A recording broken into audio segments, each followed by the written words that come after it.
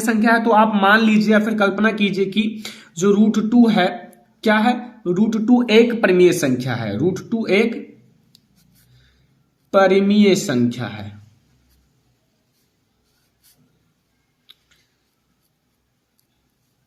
परिमेय संख्या है, ठीक है, ध्यान से समझना। अब अगर √2 एक परिमेय संख्या है तो परिमेय संख्या को क्या लिखा जा सकता है, P/Q के बराबर या फिर A/V के बराबर। देखो A/V भी लिख सकते हो, P/Q भी लिख सकते हो, ठीक है, मैं यहां A/V लिख देता हूं, ठीक है। A/V के बराबर लिखा जा सकता है, बट यहां जो आपका A और V है ना, यहां आपका जो A और V है ये क्या है, आपकी सह अभाज्य संख्याएं हैं। जहां आपका A और V है, A और V सह अभाज्य संख्याएं हैं, सह अभाज्य संख्याएं हैं, ठीक है, सह अभाज्य संख्याएं हैं, ओके। और यहां जो आपका Q है, ये नीचे वाला हर यानी कि Q ये 0 के बराबर नहीं होना चाहिए, ये भी याद रखना। ये हमारी परिमेय संख्या का आपका एक कारण है, ठीक है। अब आप क्या करो, यहां जो आपके दोनों पक्ष हैं, ठीक है, दोनों पक्षों का वर्ग करने पर क्या करोगे, दोनों पक्षों का वर्ग करने पर, ओके, वर्ग करने पर, यानी कि दोनों पक्ष जो आपके हैं उनका वर्ग करने पर, यहां जो आपका √2 है एंड A/V है, इनका दोनों का आप वर्ग कर लो, यानी कि √2 का हम लोग वर्ग करेंगे और बराबर A का और V का वर्ग कर लेंगे। दोनों पक्षों का जब आपने वर्ग किया तो ये आपको मिलेगा, ये 2 आपका 2 हो जाएगा, यहां आपका ये क्या हो जाएगा, ध्यान से समझना, यहां √2 का वर्ग आपका 2 हो जाएगा और बराबर A का स्क्वायर हो जाएगा बटे V का स्क्वायर, और यहां आप क्रॉस मल्टीप्लाई करके यहां लिख सकते हो 2V² बराबर A², ठीक है, ऐसा लिखा जा सकता है यहां क्रॉस मल्टीप्लाई करके। अब यहां से अगर V² देखा जाए तो A² बटे में 2 लिख दो, ठीक है, बस V², यहां आपका V² बराबर A² बटे में 2, ठीक है। अब यहां आपको एक चीज लिखना है, मैं यहां रेड पेन का यूज कर रहा हूं, बोर्ड परीक्षा में मत करना, ठीक है। यहां जो आपका 2 है ना, 2 ध्यान से समझना, 2 A² को विभाजित करता है, 2 जो है A² को विभाजित करता है। जो यहां आपका 2 है, ये 2 A² को विभाजित करता है, तो यहां याद रखना कि 2 जो है A को भी विभाजित करेगा, A को भी विभाजित करता है। अगर A² को विभाजित करता है तो A को विभाजित करता है, A को भी विभाजित करता है, ये आपका परिमेय 1 है, ठीक है, आपकी बुक में दिया हुआ है परिमेय 1, इतना आप ध्यान रखना। अगर ये होता है ना, अगर ये हो जाए तब आपको क्या करना है, A बराबर 2m लिख सकते हैं, ठीक है, A बराबर तब हम लोग तब, ठीक है, ध्यान रखना, हम जो आपका A है, A बराबर हम 2m लिख सकते हैं। अगर आपका सिद्ध कीजिए √5 आ जाए तो यहां आप 5m करना, यहां हमें सिद्ध कीजिए √2 है इसलिए मुझे इसे 2m मान लिया, ठीक है, 2m लिख सकते हैं, लिख सकते हैं, ठीक है, लिख सकते हैं। जहां m कोई पूर्णांक है, जहां m क्या है, m कोई पूर्णांक है, ठीक है, क्या है, पूर्णांक है, ठीक है। अब A बराबर, अब आप देखो यहां ध्यान से समझना, अब यहां हम A के स्थान पर क्या रखेंगे, 2m रख देंगे, ठीक है।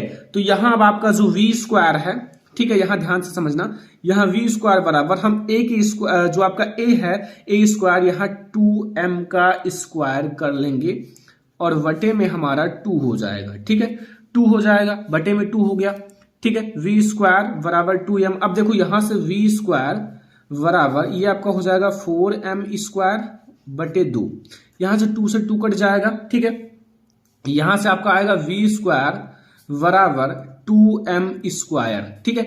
अब इस चीज को हम लोग क्या लिख सकते हैं, m² को मैं इधर लिख सकता हूं और वी स्क्वायर बटे में 2 लिख सकता हूं। ऐसा भी लिख सकता हूं ना, क्योंकि ये दोनों एक दूसरे के इक्वल हैं, तो ऐसा मैं लिख सकता हूं कि नहीं, ऐसा मैं लिख सकता हूं। ठीक है, अब यहां वही बात है कि वी स्क्वायर जो है बटे में 2, अब वही चीज हमें लिखना है जो मैंने ए में लिखा है। ठीक है, जो मैंने ए में लिखा है वही चीज लिखना है कि अगर 2 वी स्क्वायर, अब यहां वी स्क्वायर लेना है, वहां ए स्क्वायर था। ठीक है, ए स्क्वायर को विभाजित करता है, क्या करता है, विभाजित करता है, सॉरी हाँ 2 अगर वी स्क्वायर को अगर 2 जो है वी स्क्वायर को विभाजित करता है, तो 2 जो होगा ठीक है, 2 जो होगा वी को भी विभाजित करेगा, वी को भी विभाजित करता है। ठीक है, विभाजित करता है। अब यहां ए और वी का 2 उभयनिष्ठ गुणनखंड हो गए, एक बार मैंने इससे लिखा एक बार इससे, तो यहां 2 उभयनिष्ठ गुणनखंड हो गए। अब जब 2 उभयनिष्ठ गुणनखंड हो जाते हैं ना, तो हमारा ये एक अपरिमेय संख्या हो जाती है। अगर एक के अतिरिक्त आपके उभयनिष्ठ गुणनखंड हैं तो वो आपकी अपरिमेय संख्या होगी। ठीक है, तो यहां अब आपको नीचे क्या लिखना है वो आपको समझना है। लास्ट में आप लोगों को लिखना है कि a तथा v जो है इनका उभयनिष्ठ गुणनखंड 2 है। ठीक है, अगर इसका उभयनिष्ठ गुणनखंड 2 है, यहां आप लोग देख सकते हो a तथा v का क्या है, 2 आपका गुणनखंड है। ठीक है, तो ये हमारी सहअभाज्य संख्याएं नहीं होगी। सहअभाज्य संख्याएं जो होती हैं उनका उभयनिष्ठ गुणनखंड 1 होता है। ठीक है, तो ये जो है हमारा, इससे तथ्य का विरोधाभास प्राप्त होता है। अब ये जो है यानी कि इससे तथ्य का विरोधाभास प्राप्त होता है, तो ये आपकी परिमेय संख्या नहीं है, तो आपका √2 क्या है, एक अपरिमेय संख्या है। तो ऐसे आप सिद्ध कर सकते हो, बहुत आसान है। इसका जो उभयनिष्ठ गुणनखंड 2 है, इससे तथ्य का विरोधाभास प्राप्त होता है, अतः जो हमारा √2 है एक अपरिमेय संख्या है। तो ये हमारा क्वेश्चन नंबर फर्स्ट है, जो कि वेरी इंपॉर्टेंट है आपकी बोर्ड एग्जाम के लिए। आई होप कि आपको ये क्वेश्चन बहुत अच्छी तरह से समझ में आ गया होगा। फिर हम लोग जो हमारा क्वेश्चन नंबर 2 है उसे देखते हैं। क्वेश्चन नंबर 2 देखो, ये आपकी बोर्ड एग्जाम के लिए बहुत ज्यादा इंपॉर्टेंट है। जितना क्वेश्चन बता रहा हूं वो सारे आपको सॉल्व करके ही पेपर देने जाना है बोर्ड एग्जाम में। लिखा हुआ है 2 संख्याओं का अंतर 26 है। ठीक है, जो 2 संख्याएं हैं उनका अंतर 26 है। एक संख्या दूसरी संख्या से 3 गुनी है, एक संख्या जो है दूसरी संख्या की 3 गुनी है, तो उन्हें ज्ञात कीजिए। आपको संख्याएं ज्ञात करनी है। तो फिर अगर आपको संख्याएं ज्ञात करनी है तो सबसे पहले मान लो कि एक संख्या x तथा दूसरी संख्या y है। ठीक है, तो हमें दोनों संख्या x और y की वैल्यू अगर प्राप्त कर लेंगे तो हमारा वही हो जाएगा। तो माना एक संख्या, ठीक है, एक संख्या क्या है, x तथा दूसरी संख्या y है।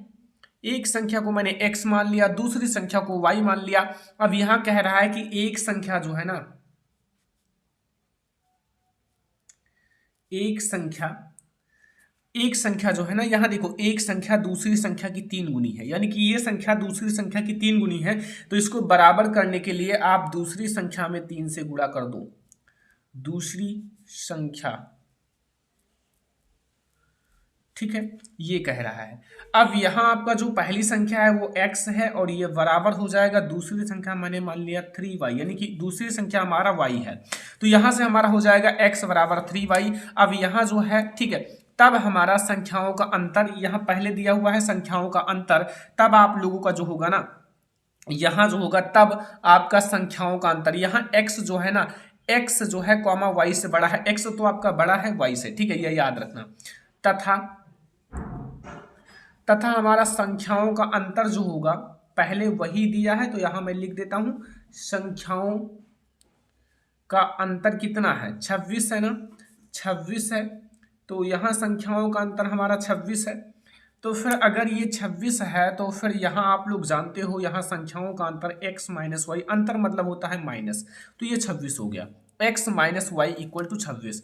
इसे आप समीकरण नंबर फर्स्ट नाम दे दो, इसे आप समीकरण नंबर सेकंड नाम दे दो। ठीक है, अब यहां से x की वैल्यू आपको दिख रहा है, यहां x। ठीक है, अब x का मान आप लोग समीकरण 2 में x बराबर 3y रखने पर, ठीक है, ये आपका समीकरण 2 है। तो समीकरण 2 में x बराबर 3y रखने पर आपको x की वैल्यू ऑलरेडी पता है, इसीलिए मैंने पहले उसे ज्ञात कर दिया। ठीक है, तो यहाँ अब आप x के स्थान पर आप 3y रख दो, तो 3y रखोगे, यहाँ -y बराबर 26। ठीक है, तो यहाँ से आप 2y बराबर 26 हो जाएगा और y बराबर हमारा 26/2 हो जाएगा। तो यहाँ आप इसे कट कर दो, तो यहाँ आपका बचेगा y बराबर आपको मिलेगा 13। ये आपकी छोटी संख्या है, y क्या है, छोटी है, लेकिन x बड़ा है। ठीक है, वैसा भी मान भी बड़ा आएगा। तो यहाँ अब y का मान आप समीकरण 1 में रख दो। ठीक है, y का मान आप समीकरण 1 में रख दो, तो यहाँ x की वैल्यू मिल जाएगी, y का मान, ठीक है, समीकरण 1 में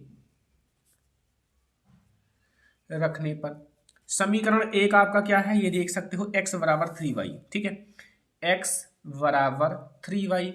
अब y के स्थान पर वैल्यू रख दो, y की वैल्यू जो है हमारा वो कितना है, x बराबर 3 × 13, तो x की वैल्यू जो आएगी वो 39 आएगी। तो ये हमारी x और y की वैल्यू है, x हमारा बड़ा है, y छोटा है। ठीक है, अब यहाँ जो हमारा x और y की वैल्यू होगी और हमें संख्याएं ज्ञात करना था, तो यहाँ हमारा जो होगा है ना, अतः अभिष्ट संख्याएं, अतः अभिष्ट संख्याएं, ठीक है, क्या होगा, 39 व 13। बस यही दोनों संख्याएं हैं हमारी, और काफ़ी आसान सा क्वेश्चन है। आई होप कि आपको ये भी क्वेश्चन समझ में आ गया होगा। बोर्ड एग्जाम के लिए बहुत ज़्यादा इंपॉर्टेंट है, इसलिए मैंने आपको कहा कि ये आपको तैयार करके ही जाना है बोर्ड एग्जाम में। ठीक है, यहाँ से आपको ये भी पता चला कि दो संख्याओं का अंतर 26 है। अगर इनका अंतर देखा जाए 39 और 13 के बीच अंतर तो 26 हो जाएगा, और फिर एक संख्या दूसरी संख्या की 3 गुनी है, तो यहाँ देख सकते हो एक 39 है, एक 13 है। ठीक है, तो ये हमारा क्वेश्चन नंबर 2 है। आई होप कि आपको समझ में आ गया होगा, बहुत ज्यादा इंपॉर्टेंट क्वेश्चन है। चलो अब हम लोग क्वेश्चन नंबर, तो ये हमारा क्वेश्चन नंबर 3 है। लिखा हुआ है, निम्नांकित समीकरण युग्म को रैखिक समीकरण के युग्म में आपको बदलकर हल कीजिए।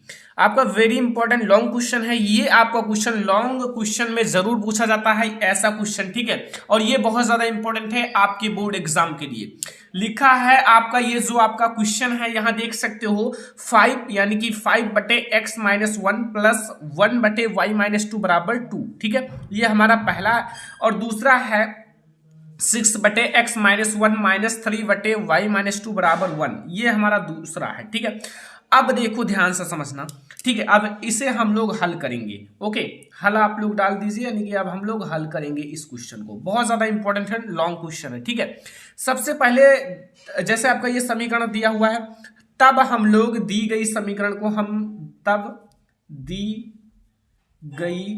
समीकरण, ठीक है, ये जो आपका दिया गया समीकरण है, इसको आप ऐसा भी लिख सकते हो। जैसे देखो, यहां में इसको 5 है, 5 को आपको कॉमन लेना है, और यहाँ आपका 1/x - 1, इसे आप ऐसे भी लिख सकते हो। ठीक है, ध्यान से समझना, इस समीकरण को आप ऐसा भी लिख सकते हो। ठीक है, एंड प्लस आपका उसमें 1 है, तो 1 को आप ऐसा ही रहने दो, कोई दिक्कत नहीं, 1/ एंड आपका y - 2। ठीक है, ऐसे आप रहने दो, और बराबर आपका 2 है, इसको हम ऐसे लिख सकते हैं, और इसे आप लोग समीकरण नंबर 1 नाम दे दो। ओके, अब देखो ध्यान से समझना। अब यहाँ 6 आपको दूसरा जो है आपका समीकरण, उसको 6 एंड यहाँ मैं लिख सकता हूँ 1/x - 1। ध्यान से समझना, बहुत ज्यादा इंपॉर्टेंट क्वेश्चन है। माइनस यहाँ से आप 3 कॉमन ले लो, और यहाँ बचेगा 1 एंड आपका y ठीक है, y - 2। ठीक है, ये आपका हो गया, और बराबर आपका 1 है। इस चीज को हम ऐसे भी लिख सकते हैं, इसको आप समीकरण नंबर 2 नाम दे दो, समीकरण नंबर 1 एंड समीकरण नंबर 2। ठीक है, अब हम लोग मानेंगे कि माना, ध्यान से समझना, बहुत ज्यादा इंपॉर्टेंट क्वेश्चन है। ठीक है, यहां आप लोग मान लो कि माना, पहले हम लोग इसे रैखिक समीकरण के युग में बदलेंगे। ठीक है, माना जो हमारा 1/x - 1 है, वो बराबर मैंने a मान लिया। ठीक है, तथा मैंने मान लिया 1/y - 2 बराबर v। ठीक है, इसको मैंने मान लिया। अब जहां आपका, ध्यान से समझना, जहां आपका 1/x - 1 है, वहां आपको a रखना है, और जहां 1/y - 2 है, वहां v रखना है। ठीक है, फिर आपका समीकरण बन जाएगा। देखो 5 है, यहाँ 5 है, ठीक है, और यहाँ जहाँ आपका 1/x-1 है वहाँ आप a रख दो, ठीक है, मैंने a रख दिया, ध्यान से समझना। प्लस अब आपका यहाँ v रहेगा केवल, क्योंकि आपका उतना ही लिखा है जितना मैंने माना है, ठीक है, और बराबर 2, ठीक है, ये आपको एक समीकरण मिल गया।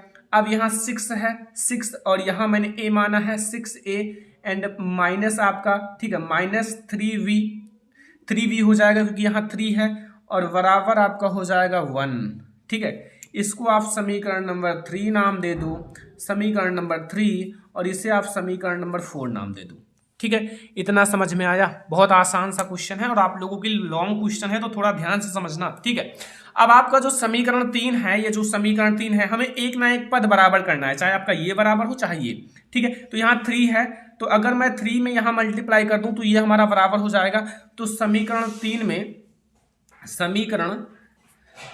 में आपको 3 से गुणा करना है, 3 से गुणा करने पर, ठीक है, यानी कि गुणा करने पर, ठीक है, गुणा करने पर, ठीक है। यहां आप 3 से गुणा कर दो, तो जब आप इसे 3 से गुणा करोगे तो ध्यान से समझना, मैंने 3 से गुणा किया तो यहां हो जाएगा, जब मैं 5 से 3 से गुणा करूंगा तो यहाँ 15a हो जाएगा, एंड प्लस आप v में जब 3 से गुणा करोगे 3v हो जाएगा, बराबर आप 3 में 2 से गुणा करोगे तो आपका 6 हो जाएगा, ठीक है। और आपका समीकरण नंबर 4 क्या है? ये आपका 6a है, ठीक है, 6a एंड माइनस आपका 3v, जैसा लिखा हुआ है वैसा लिख दो, यहाँ 1, ठीक है। इतना आपको समझ में आया? अब आप इसको यहाँ लिख दो जोड़ने पर, क्या लिखोगे? इधर आप लिख दो जोड़ने पर, क्योंकि हमारा चिन्ह विपरीत है, ठीक है। तो यहाँ जोड़ने पर, तो यहाँ जो आपका ये है ना, ये तो आपका कट जाएगा, ये आपका v कट जाएगा, ठीक है। यहाँ से आप a की वैल्यू ज्ञात कर सकते हो, ठीक है। 15 एंड 6 आपका कितना हो जाएगा? 21a बराबर 6 1 7, ठीक है। अब a की वैल्यू आपको मिलेगा 7/21, और यहां से कट करोगे 1/7 21, यानी कि a का वैल्यू हमें मिलेगा 1/3। ये हमें a की वैल्यू मिली है। किसकी वैल्यू मिली है? a की वैल्यू, ठीक है। अब हम समीकरण 3 जो है, यहां समीकरण 3 में आप a की वैल्यू रखकर v का भी वैल्यू ज्ञात कर सकते हो। तो यहां आप समीकरण 3 में a का मान, ठीक है, a का मान रखने पर, a का मान आप रख दो, ठीक है। a का मान आप रखोगे तो यहां समीकरण 3 आप देखो 5, ठीक है, 5a है, ठीक है, एंड आपका प्लस v है बराबर 2 है। अब a का मान रखो, यानी कि 5 में आप a का यानी कि 1/3 से आप गुणा करोगे, एंड v बराबर 2, ठीक है। इतना आपको मिला। अब आपका ये हो जाएगा, देखो यहाँ 5 एकम 5, ठीक है, यानी कि 5 बटे आपका, सॉरी, यहां से आपका हो जाएगा 5/3 प्लस v बराबर 2, ठीक है। इतना आपको समझ में आया? अब मैं आपको दूसरे पेज में समझाता हूं, या फिर आप बगल में समझ लो, थोड़ा सा v की वैल्यू हमें मिल जाए, ठीक है। तो यहां आप v बराबर लिख सकते हो 2, एंड यहां से 5/3 प्लस है तो इधर आएगा माइनस में हो जाएगा 5/3, और v की वैल्यू आपका कितना आएगा? v की अगर आप इसे सॉल्व करोगे तो आपकी वैल्यू जो आएगी वो 1/3 आएगी। सॉल्व करने की कोई ज़रूरत नहीं है, वैसे भी आपको 1/3 मिल जाएगा। कैसे? देखो 3 दूनी 6, 6 में से 5 गए 1, और ये 3 जो है, बस यही आपका हो गया। तो 1/3 आपका a की भी वैल्यू आई, और v की भी वैल्यू क्या आई? 1/3 ही आई, ठीक है। a और v दोनों की वैल्यू सेम है। अब हम x और y की वैल्यू ज्ञात करेंगे। हमने क्या माना था पहले वो देखो। हमने माना था कि 1/, ठीक है, 1/, ध्यान से समझना, 1/x-1, ठीक है, 1/x-1 बराबर a। तो a की वैल्यू हमारी कितनी आई है? 1/3। तो a के स्थान पर आप 1/3 रख दो, यानी कि यहां से हमें x की वैल्यू मिल जाएगी 1/3, ठीक है। तो यहां जब आप 1/3 रखोगे तो यहां से आप क्रॉस मल्टीप्लाई कराओ, तो यहां से x-1 बराबर 3, और यहां से x बराबर 3 + 1, x बराबर 4। तो यहां से x की वैल्यू हमें 4 मिल गई, ठीक है। एक x की वैल्यू हमें 4 मिल गई। अब y की वैल्यू कैसे ज्ञात करोगे? y को हमने क्या माना था? अब y को मैंने माना था 1/y-2 बराबर v की भी वैल्यू हमें उतनी ही मिली है 1/3, तो 1/3 इसकी भी वैल्यू मिली है तो इसको भी 1/3 लिख दो। ठीक है, तो यहां से आप क्रॉस मल्टीप्लाई करा लो, 1/2 y-2 बराबर 3, और यहां से आपका हो जाएगा y बराबर 3 एंड यहाँ माइनस में है 2, इधर प्लस में हो जाएगा, तो y बराबर आपका 5 मिलेगा। तो यहां से x और y की वैल्यू मिल गई, तो यही जो आपका समीकरण युग्म का हल है x और y की वैल्यू। बस यही हमारा ये क्वेश्चन है, और ये बहुत ज़्यादा इंपॉर्टेंट लॉन्ग क्वेश्चन है बोर्ड एग्जाम के लिए, तो इसीलिए मैंने आपको अच्छे से समझा दिया कि आपको हमेशा याद रहे। ठीक है, तो ये आई होप कि आपको क्वेश्चन नंबर 3 समझ में आ गया। बोर्ड एग्जाम के लिए बहुत ज़्यादा इंपॉर्टेंट है, आप लोग इसे रिवीजन करके जाना बोर्ड एग्जाम के लिए। चलो अब हम लोग देखते हैं क्वेश्चन नंबर 4। क्वेश्चन नंबर 4 देखो, निर्देशांक ज्योमिति का एक बहुत ज्यादा इंपॉर्टेंट क्वेश्चन है। लिखा हुआ है x और y में एक संबंध ज्ञात कीजिए। एक संबंध मतलब x और y में संबंध ज्ञात करना है, ताकि जो हमारा बिंदु x, y और बिंदु हमारा 7, 1 और 3, 5 से समदूरस्थ हो। समदूरस्थ, ठीक है, समदूरस्थ हो। तो सबसे पहले आपको थोड़ा सा समझना है। ठीक है, सबसे पहले मैंने एक आपको यहाँ हल लिखना है, हल आपको करना है। तो हल करने से पहले मैं आपको एक एक बिंदु बता देता हूं। जैसे मान लीजिए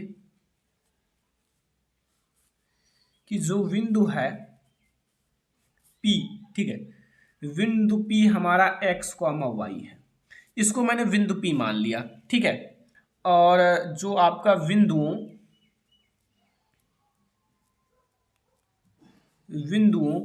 एक मैंने मान लिया 7, 1 को, इसको मैंने A मान लिया।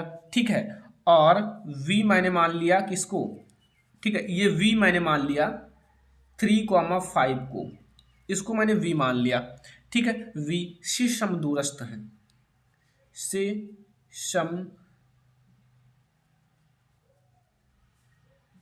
समदूरस्थ है। ठीक है, इतना आपको समझ में आया। अब आप एक फिगर समझो छोटा सा, जैसे मैं यहां बना देता हूं यहां। ठीक है, यहां देखो आप ध्यान से समझना, यहां हम इसे नाम दे देते हैं, जैसे हमारा A है, V है, ठीक है, तो इसको मैं नाम A दे देता हूं। यहां हमारा P बिंदु है, ठीक है, और यहां हम नाम दे देते हैं V। ओके, यहां A आपका कितना है, A आपका है 7, 1, P आपका कितना है x, y, एंड हमारा V कितना है, V है 3, 5। बस इतना आपको पता चला।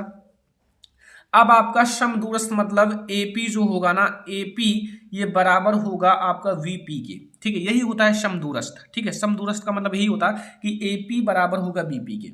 यानी कि यहां कहने का मतलब क्या है, अब प्रश्नानुसार ध्यान से देख, प्रश्नानुसार ओके, प्रश्न के अनुसार अब हम चलेंगे। जैसे ये समदूरस्थ बता रहा है, तो A जो होगा, A P वो बराबर होगा हमारा VP के। ठीक है, VP के। ओके, तो यहाँ हमारा AP वो बराबर है VP के, यहाँ AP बराबर है VP के।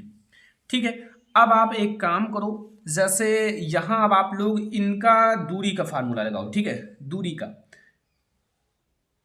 ठीक है, यहाँ अब हम अगर यहाँ दूरी का फार्मूला लगाएंगे तो एक बात याद रखना, यहाँ हमारा इन दोनों के पहले AP के बीच, तो यहाँ आपका हो जाएगा एक ब्रैकेट में x - 7 का वर्ग। ठीक है, x - 7 का वर्ग, एंड फिर आपको यहाँ करना है प्लस y।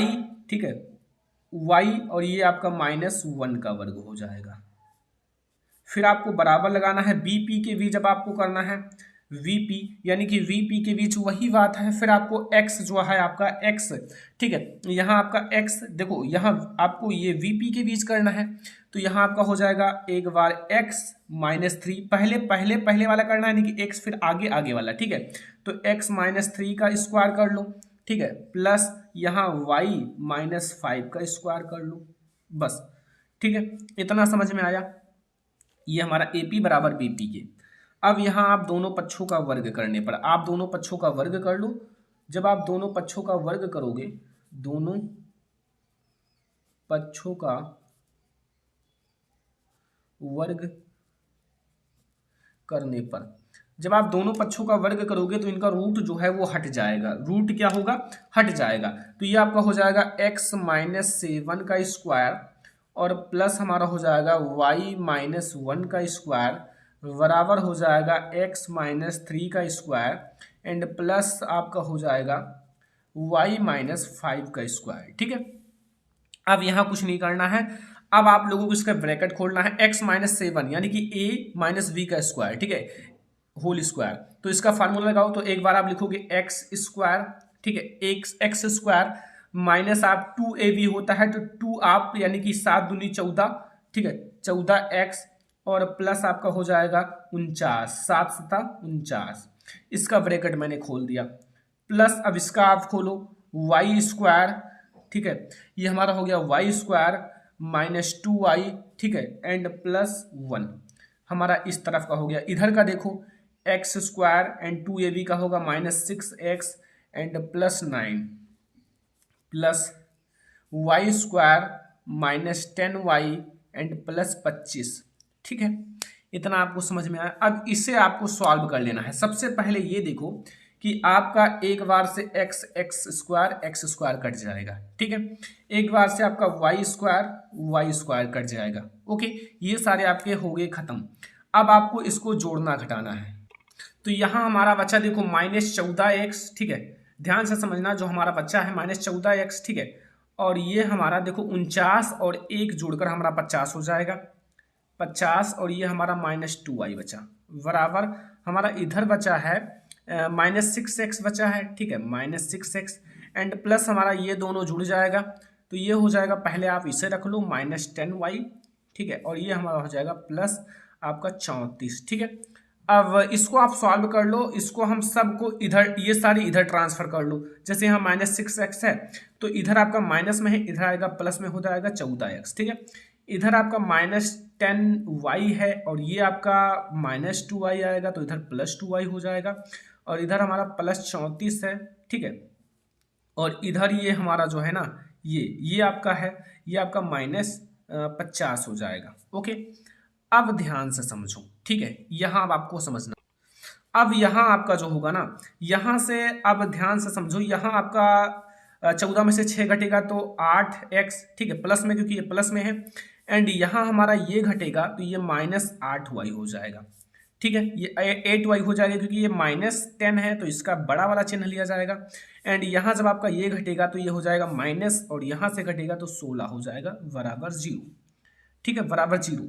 अब यहाँ 8 में सभी से भाग दे दो तो यहाँ x माइनस वाई और आपका माइनस 2 बराबर 0, तो ये 2 आप इधर कर लो, x माइनस वाई बराबर आपका 2 आएगा। यही हमारा x और y के बीच संबंध है, यही हमारा x और y के बीच संबंध है। ये आपका 16 है, 16, ठीक है, तो यहाँ आपका x माइनस 2 बराबर x माइनस वाई बराबर 2, यही हमारा x और y के बीच संबंध है। आई होप कि आपको ये समझ में आ गया।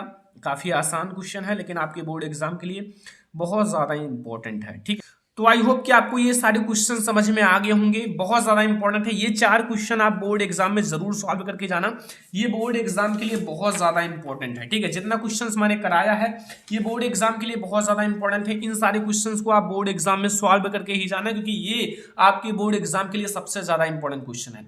वीडियो को लाइक कर देना, अगर आप चैनल पर नए हो तो सब्सक्राइब कर लेना, ठीक है। मिलेंगे हम लोग नेक्स्ट इंपॉर्टेंट वीडियो में, तब तक के लिए धन्यवाद।